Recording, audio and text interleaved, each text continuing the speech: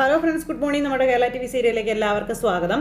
അങ്ങനെ അബിയെ പോലീസുകാർ കൊണ്ടുപോകുക കേട്ടോ. അപ്പോൾ ഭയങ്കര പവർഫുള്ളായിട്ടാണ് പോലീസുകാർ എത്തിയതും ഇവരോട് സംസാരിക്കുന്നതും ഒക്കെ. അപ്പോൾ അബിക്കാണെങ്കിൽ യാതൊരു കൂസലും ഇല്ല.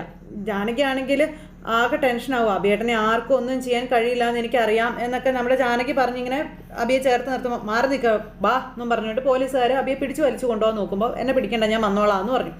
അങ്ങനെ അമ്മയെ കുഞ്ഞിനെ ഏൽപ്പിച്ചിട്ട് നമ്മുടെ ജാനകിയും പിന്നാലെ ഓടുക കേട്ടോ. അപ്പോൾ ഈ കാഴ്ച കണ്ട് നല്ല അന്തസ്സായിട്ട് ചിരിച്ചോണ്ട് അപർണത്തമ്പുരാട്ടി അവിടെ അങ്ങനെ നിൽപ്പുണ്ട്. അതായത് അബിയെയും ജാനകിയെയും പുച്ഛിച്ച് ചിരിച്ചുകൊണ്ട്.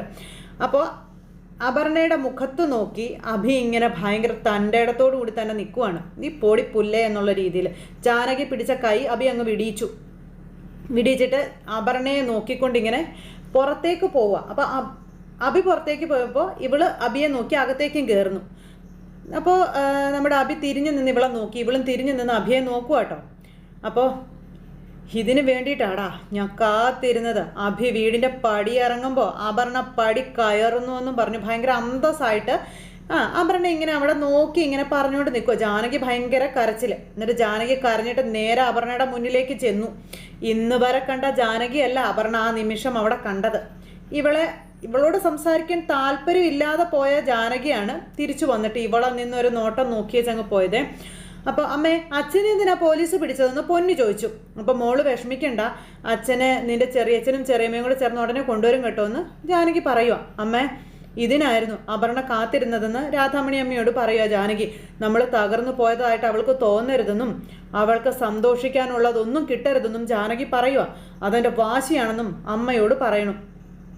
പിന്നെ അവളെ വെറുതെ വിടരുത്. അബിയേട്ടൻ്റെ പേരിൽ ഒരു പരാതി പോയെന്നും പിന്നെ അതിനെപ്പറ്റി ചോദിക്കാനല്ലേ അബിയേട്ടനെ കൂട്ടിക്കൊണ്ട് പോയതെന്നും ജാനകി രാധാമണിയമ്മയോട് ചോദിക്കുക കേട്ടോ. അല്ലെങ്കിൽ പറയുക, അല്ലാണ്ട് ജയിലിൽ പിടിച്ചിടാനൊന്നും അല്ലല്ലോ എന്നൊക്കെ പറയുമ്പോഴേക്കും പിന്നെ പോലീസ് കൊണ്ടുപോയത് സൽക്കരിക്കാനാണല്ലോ എന്നും പറഞ്ഞു അപർണ വന്നു.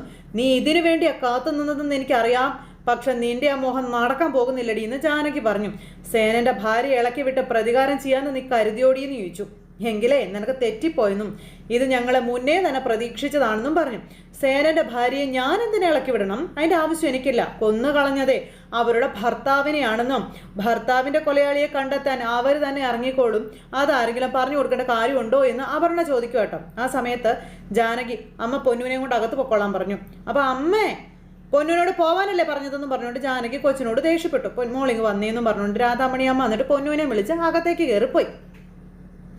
അങ്ങനെ അവർ രണ്ടുപേരും കൂടി അകത്തേക്ക് കയറി പോയി കഴിഞ്ഞപ്പോൾ ഇന്ന് വരെ കാണാത്ത ഭാവത്തിൽ ഇങ്ങനെ നിൽക്കുകയാണ് നമ്മുടെ ജാനകി. അപ്പോൾ സേനനെ കൊന്നത് ആരാണെന്ന് ഞാൻ നിനക്ക് പറഞ്ഞു തരാം.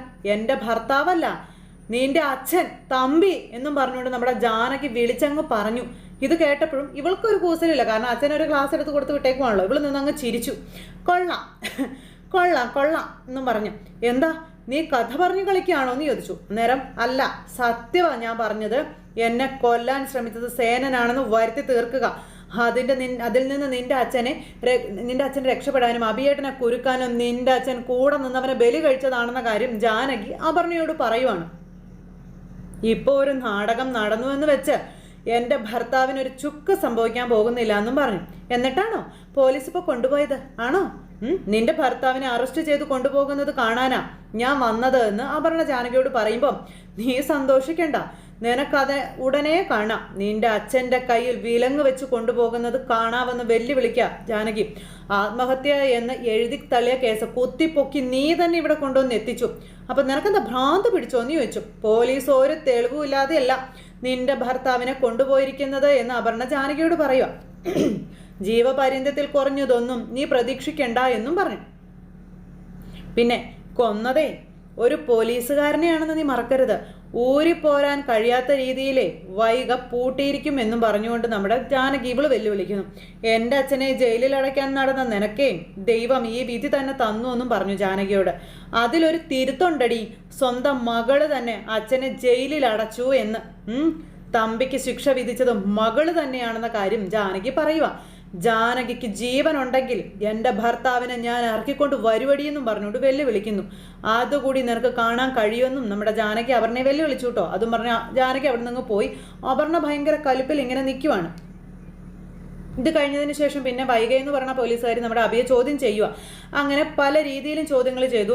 അബിക്ക് അറിയാവുന്ന കാര്യങ്ങളൊക്കെ അബി പറഞ്ഞു. അപ്പോൾ ആലോചിച്ചെടുക്കാൻ നിങ്ങൾക്ക് ഞാൻ കുറച്ച് സമയം കൂടി തരാം എന്നൊക്കെ പറയുന്നു. അപ്പോൾ ഇയാളെ ലോക്കപ്പ് ചെയ്യാൻ പറഞ്ഞു വൈഗ, അതായത് അബിയെ നന്നായിട്ടൊന്ന് ആലോചിക്കട്ടെ ചെല്ല് എന്നും പറഞ്ഞു വൈഗ ഇങ്ങനെ അബിയെ ലോക്കപ്പ് ചെയ്യാൻ പറഞ്ഞു. ലോക്കപ്പ് ചെയ്തു.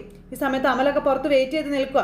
സകല തെളിവുകളും അവന് പ്രതികൂലമാകണമെന്നും അറസ്റ്റ് ഉടനെ രേഖപ്പെടുത്തരുതെന്നൊക്കെ പറയുമ്പോൾ മേഡം അയാൾ അഡ്വക്കേറ്റ് ഉണ്ണിത്താൻ്റെ അടുത്ത ബന്ധുവാണ്, അറസ്റ്റ് രേഖപ്പെടുത്തിയില്ലെങ്കിൽ പ്രശ്നമാകുമെന്ന് പറഞ്ഞു. അപ്പം ഏതവൻ്റെ ബന്ധുവാണെങ്കിലും എനിക്ക് എന്താടോ എന്ന് വൈഗ പറയുക. അവനെ ഞാൻ കുരുക്കിയിരിക്കുമെന്നൊക്കെ പറഞ്ഞ് ഭയങ്കര ഡയലോഗുകൾ ഇറക്കിയിട്ട് വൈഗ എന്ന് പറയുന്ന പുള്ളിക്കാരി അവിടെ നിന്ന് പോയി. ഇത് കഴിഞ്ഞപ്പോൾ നമ്മുടെ അമൽ അബിയെ കാണാൻ ചെന്നു. അബിയേട്ടാ എന്നും പറഞ്ഞ് വിളിച്ചു കേട്ടോ. അബിയാണെങ്കിൽ ഭയങ്കര ഒരു ടെൻഷനുണ്ട്, എങ്കിൽ പോലും ധൈര്യം കൈവിടാതെ ഇങ്ങനെ നിൽക്കുകയാണ് അവിടെ.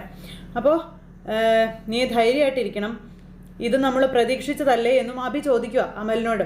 ഏട്ടന് എനിക്കിങ്ങനെ കാണേണ്ടി വന്നല്ലോ എന്ന് അമൽ പറയുമ്പോൾ നിൻ്റെ ഏട്ടനും മനുഷ്യൻ തന്നെയാടാ, ഏട്ടനോട് അനിയത്തി കാണിച്ച കുസൃതിയായിട്ടേ ഞാൻ ഇതിനെ കാണുന്നുള്ളൂ എന്ന് പറഞ്ഞു. അപർണ തിരിച്ചടിക്കുമെന്ന് അജേട്ടൻ മുന്നറിയിപ്പ് തന്നതല്ലേന്ന് ചോദിച്ചു. അപ്പം ലോക്കപ്പിൽ കിടത്തിയിട്ട് അവൾ എങ്ങനെ തിരിച്ചടിക്കാനാണെന്ന് ചോദിച്ചു. അപ്പോൾ അവളെ ഞാൻ വെച്ച് പൊറപ്പിക്കില്ല എന്ന് പറഞ്ഞു അമൽ. എനിക്കിനി നോക്കാൻ ഒന്നുമില്ല എന്നും അമൽ അബിയോട് പറയുക. ദേ എനിക്ക് ഭ്രാന്ത് പിടിക്കും ഏട്ടാ, എൻ്റെ സമനില തെറ്റുക, കണ്ണടച്ച ഏട്ടൻ്റെ ഈ രൂപമായിരിക്കും എൻ്റെ മനസ്സിൽ മുഴുവനും എന്ന് പറയുമ്പം ഞാൻ തിരിച്ചു വരുന്നത് വരെ അപർണ ആ വീട്ടിൽ ഉണ്ടാകണമെന്ന് അബി അടുത്ത കുരുക്ക് പറഞ്ഞു കൊടുക്കുകയാണ്. ഏട്ടൻ്റെ ഈ വാക്ക് നീ അനുസരിച്ചേ പറ്റുള്ളൂ എന്നും പറഞ്ഞുകൊണ്ട് അതിനെ ചെകുത്താനും കടലിൽ നടുക്കെട്ടി ഉരുട്ടിക്കൊണ്ടിരിക്കുകയാണ് നമ്മുടെ അബി. ശരിയെന്ന് പറഞ്ഞ അമൽ അവിടെ നിന്ന് അങ്ങ് പോയി. ഈ സമയത്ത് തമ്പി മോളെ നീ അവിടെ ചെന്ന് കയറിയടി എന്ന് ചോദിച്ച് വിളിച്ചു. ഞാൻ തല ഉയർത്തിപ്പിടിച്ച് തന്നെ കയറിയച്ചാ ഞാൻ കാണാൻ കൊതിച്ച കാഴ്ച കണ്ണിറയെ കാണുകയും ചെയ്തു എന്ന് പറഞ്ഞു. ഓ തമ്പിയുടെ സന്തോഷം കാണണം. DYSP വൈഗ അബിയെ കൊണ്ടുപോയടി, ഞാൻ വന്നിറങ്ങുമ്പോൾ കണ്ടത് അതാ, അബിയെ പോലീസുകാരെ അറസ്റ്റ് ചെയ്ത് ജീപ്പിൽ കയറ്റി കൊണ്ടുപോകുന്ന കാഴ്ചയെന്ന് പറയുമ്പോഴത്തേക്കും രാധാമണി പുറകിൽ വന്ന് നിന്ന് കേൾക്കുക ഇത്. ഓഹോ, അപ്പോൾ അച്ഛനും മോളും ചേർന്നുള്ളൊരു കളിയായിരുന്നു ഇതല്ലേ എന്ന് അമ്മ. ഇതിൻ്റെ പിന്നിൽ നമ്മളാണെന്ന് അവർക്ക് അറിയാവോ? അപ്പോൾ അവരറിയണം.